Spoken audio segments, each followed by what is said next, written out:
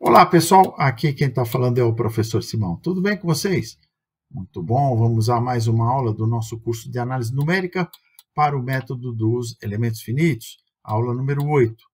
Tá? Nós continuamos com aquele modelo do paraquedista. Tá? Até a aula número 7, nós trabalhamos com a etapa analítica da aula. Tá?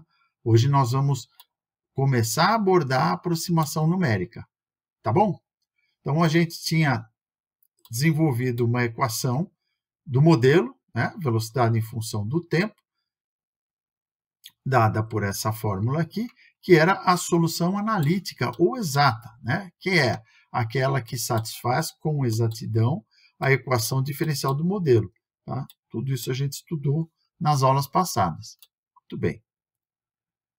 A gente considerou também que há muitos modelos matemáticos no mundo físico da engenharia que não podem ser resolvidos com exatidão.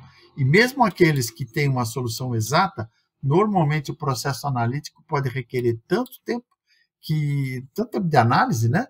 A procura de solução, usa esse método, usa aquele método, integra, não dá certo, não tem solução, tá? Que acaba inviabilizando sua aplicação num projeto. Tá? Os projetos, geralmente, vocês têm que lidar com vários componentes, né, e seus modelos matemáticos. Então, fica um acúmulo de matemática num projeto técnico, né, e a engenharia passa para o segundo plano. Tá? Então, turma, normalmente, né, comumente, a gente tem elementos de máquinas, elementos estruturais de geometria relativamente simples. Tá? Isso facilita o uso dos métodos analíticos. Nós trabalhamos com retângulos, círculos, né, cilindros, esferas, tá? Enfim, com figuras mais simples, seja de uma, duas ou três dimensões. Tá? Mas, na hora que você monta a máquina, na hora que você monta a estrutura, tá? A geometria fica bastante complexa. E aí é bastante difícil de prever o seu comportamento como um todo. Tá? Então, os métodos numéricos aí são ideais. Tá? Então, como corolário, aí nós temos que uma excelente alternativa consiste em desenvolver uma solução numérica que se aproxime da solução exata. Tá? Como eu já mencionei anteriormente, os métodos numéricos são aqueles em que nós reformulamos o problema matemático para tornar possível resolvê-lo através de operações aritméticas. A gente passa do cálculo para a aritmética. Esse cálculo diferencial integral. Tá? Quando eu falo cálculo, eu estou me referindo ao cálculo diferencial integral. Esse processo pode ser ilustrado no caso da segunda lei de Newton, que a gente tem usado aí no modelo, observando que a taxa de variação da velocidade com relação ao tempo pode ser aproximada mediante o seguinte cálculo. Vamos lá. O que eu vou fazer? Eu vou pegar a derivada da velocidade com relação ao tempo. Quem é dv/dt, hein? É a aceleração, né? Tá? dF igual a ma, tá?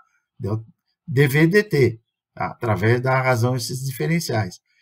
Eu vou aproximar esses diferenciais aqui por diferenças finitas. O diferencial dv, eu vou me aproximar pela diferença finita ΔV. O diferencial dt, eu vou aproximar pela diferença finita ΔT. Tá? Quem que é ΔV? É a velocidade no instante posterior menos a velocidade no instante anterior. Dividido. E quem que é ΔT? É o tempo no instante posterior menos o tempo no instante anterior. Tá? Ok? Então está aqui, ó.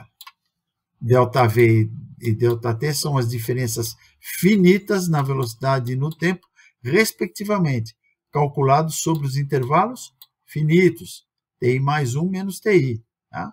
V de TI é a velocidade no tempo inicial TI, e V de TI mais 1 é a velocidade num instante mais tarde, TI mais 1.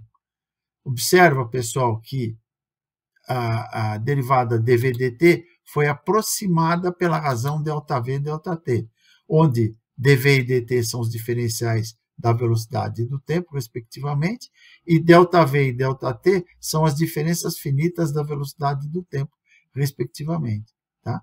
Então, essa aproximação deve-se porque ΔT é finito, ok? Muito bem. Bom, recordando dos cursos de cálculo diferencial integral, o que nós temos? Que a derivada da velocidade com relação ao tempo é igual ao limite de ΔV sobre ΔT, né? A razão entre as diferenças finitas, com ΔT tendendo a zero. Tá? Ou seja, aproximando-se infinitamente de zero, mas não sendo zero. Okay? Então, quem não lembra, pega lá o seu livro de cálculo, tá? E dá uma recordada. Vamos lá. Vamos explicar isso graficamente, que é melhor. Olha só. O que nós temos aqui? Nós temos aqui o gráfico da velocidade em função do tempo. Tá? Aqui nós temos a velocidade em função do tempo e, obviamente, aqui no eixo horizontal nós temos o tempo. Instante inicial, velocidade em função do instante inicial. Instante posterior, velocidade correspondente ao instante superior.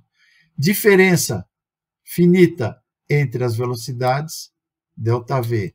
Diferença finita entre os instantes, ΔT. Tá? Essa aqui é a curva da velocidade em função do tempo, nesse exemplo aqui. Tá? Nós marcamos 2 pontos aqui na curva, tá? Correspondentes a um instante T1 e a um instante T2. Puxando para o eixo vertical, nós temos a velocidade no instante T1 e a velocidade no instante T2.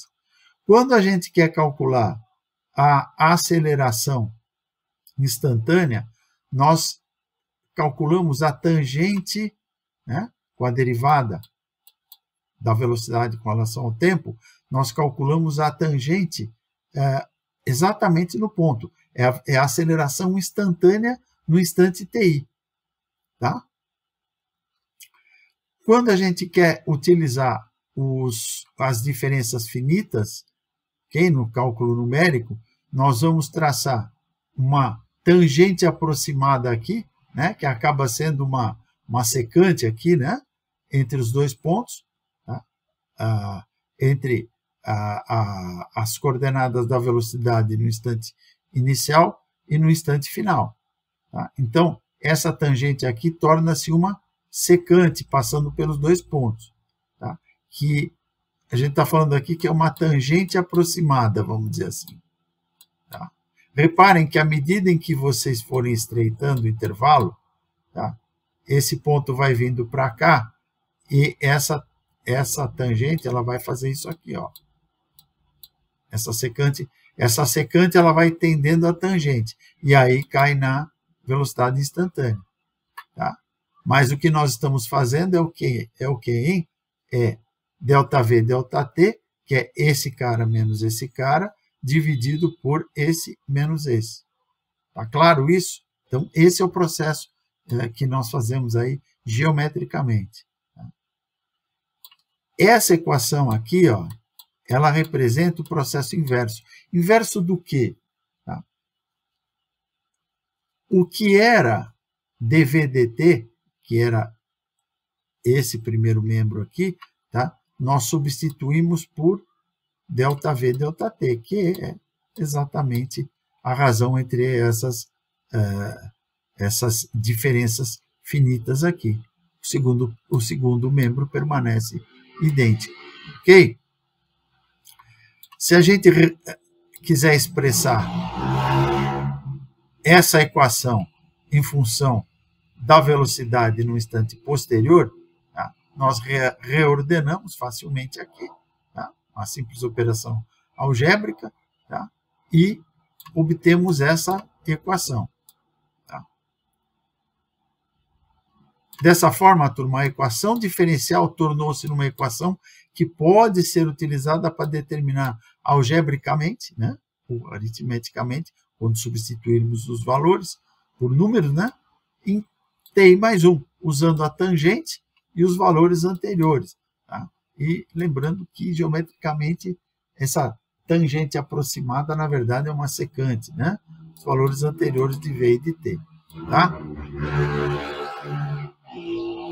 Se a gente der um valor inicial para a velocidade no instante ti, é possível calcular com facilidade a velocidade no instante posterior, t mais 1. Esse novo valor da velocidade em t mais 1 serve para calcular a velocidade em ti mais 2, e assim sucessivamente, quer dizer, a qualquer tempo. Vocês já estão percebendo aí que nós estamos fazendo uma primeira iteração no cálculo, tá? Que pode ter várias iterações.